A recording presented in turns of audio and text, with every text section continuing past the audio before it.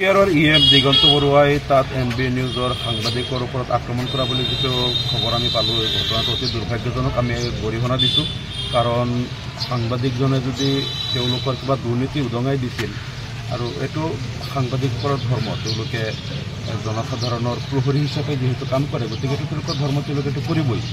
গতিকে যদি কথাটো এনেকুৱাই হয়, তেনেহ'লে আমি ভাবোঁ যে এইটো বাক স্বাধীনতা বা মুক্ত সাংবাদিকতাৰ ওপৰত এইটো এটা মুখ্যম আঘাত।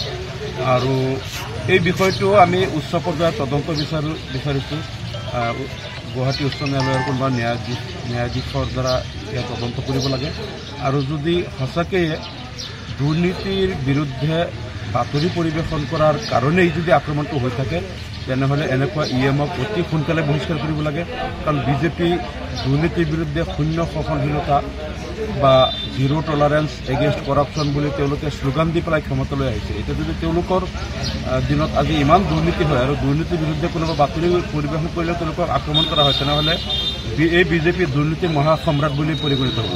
গতিকে অতি সোনকালে চৰকাৰে ইয়াৰ ওপৰত কাৰ্যব্যৱস্থা গ্ৰহণ কৰি তেওঁলোকে নিজৰ ভাৱমূৰ্তি প্ৰকাশ কৰিবলৈ আমি আহ্বান জনাইছোঁ। কেয়াৰৰ দিগন্ত বৰুৱাই তাত এনবি নিউজৰ সাংবাদিকৰ ওপৰত আক্ৰমণ কৰা বুলি যিটো খবৰ আমি পালোঁ, এই ঘটনাটো অতি দুৰ্ভাগ্যজনক। আমি গৰিহণা দিছোঁ, কাৰণ সাংবাদিকজনে যদি তেওঁলোকৰ কিবা দুৰ্নীতি উদঙাই দিছিল, আৰু এইটো সাংবাদিকৰ ধৰ্ম, তেওঁলোকে জনসাধাৰণৰ প্ৰহৰী হিচাপে যিহেতু কাম কৰে, গতিকে এইটো তেওঁলোকৰ ধৰ্ম, তেওঁলোকে এইটো কৰিবই।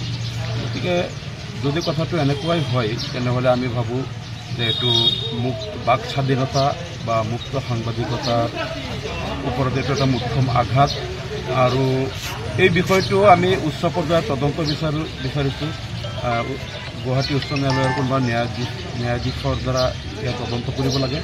আৰু যদি সঁচাকৈয়ে দুৰ্নীতিৰ বিৰুদ্ধে বাতৰি পৰিৱেশন কৰাৰ কাৰণেই যদি আক্ৰমণটো হৈ থাকে, তেনেহ'লে এনেকুৱা ইএমক অতি সোনকালে বহিষ্কাৰ কৰিব লাগে। কাৰণ বিজেপি দুৰ্নীতিৰ বিৰুদ্ধে শূন্য সহনশীলতা বা জিৰ' টলাৰেঞ্চ এগেইনষ্ট কৰাপশ্যন বুলি তেওঁলোকে শ্লোগান দি পেলাই ক্ষমতালৈ আহিছে। এতিয়া যদি তেওঁলোকৰ দিনত আজি ইমান দুৰ্নীতি হয় আৰু দুৰ্নীতিৰ বিৰুদ্ধে কোনোবা বাতৰি পৰিৱেশন কৰিলে তেওঁলোকক আক্ৰমণ কৰা হয়, তেনেহ'লে এই বিজেপি দুৰ্নীতিৰ মহাসম্ৰাট বুলি পৰিগণিত হ'ব। গতিকে অতি সোনকালে চৰকাৰে ইয়াৰ ওপৰত কাৰ্যব্যৱস্থা গ্ৰহণ কৰি তেওঁলোকে নিজৰ ভাৱমূৰ্তি প্ৰকাশ কৰিবলৈ আমি আহ্বান জনাইছোঁ। কেয়াৰৰ দিগন্ত বৰুৱাই তাত এনবি নিউজৰ সাংবাদিকৰ ওপৰত আক্ৰমণ কৰা বুলি যিটো খবৰ আমি পালোঁ, এই ঘটনাটো অতি দুৰ্ভাগ্যজনক। আমি গৰিহণা দিছোঁ, কাৰণ সাংবাদিকজনে যদি তেওঁলোকৰ কিবা দুৰ্নীতি উদঙাই দিছিল, আৰু এইটো সাংবাদিকৰ ধৰ্ম, তেওঁলোকে জনসাধাৰণৰ প্ৰহৰী হিচাপে যিহেতু কাম কৰে, গতিকে এইটো তেওঁলোকৰ ধৰ্ম, তেওঁলোকে এইটো কৰিবই। গতিকে যদি কথাটো এনেকুৱাই হয়, তেনেহ'লে আমি ভাবোঁ যে এইটো বাক স্বাধীনতা বা মুক্ত সাংবাদিকতাৰ ওপৰত এইটো এটা মুখ্যম আঘাত। আৰু এই বিষয়টো আমি উচ্চ পৰ্যায়ৰ তদন্ত বিচাৰিছোঁ। গুৱাহাটী উচ্চ ন্যায়ালয়ৰ কোনোবা ন্যায়াধীশৰ দ্বাৰা ইয়াত তদন্ত কৰিব লাগে।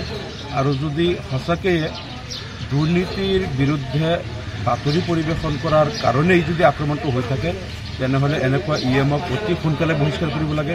কাৰণ বিজেপি দুৰ্নীতিৰ বিৰুদ্ধে শূন্য সহনশীলতা বা জিৰ' টলাৰেঞ্চ এগেইনষ্ট কৰাপশ্যন বুলি তেওঁলোকে শ্লোগান দি পেলাই ক্ষমতালৈ আহিছে। এতিয়া যদি তেওঁলোকৰ দিনত আজি ইমান দুৰ্নীতি হয় আৰু দুৰ্নীতিৰ বিৰুদ্ধে কোনোবা বাতৰি পৰিৱেশন কৰিলে তেওঁলোকক আক্ৰমণ কৰা হয়, তেনেহ'লে এই বিজেপি দুৰ্নীতিৰ মহাসম্ৰাট বুলি পৰিগণিত হ'ব।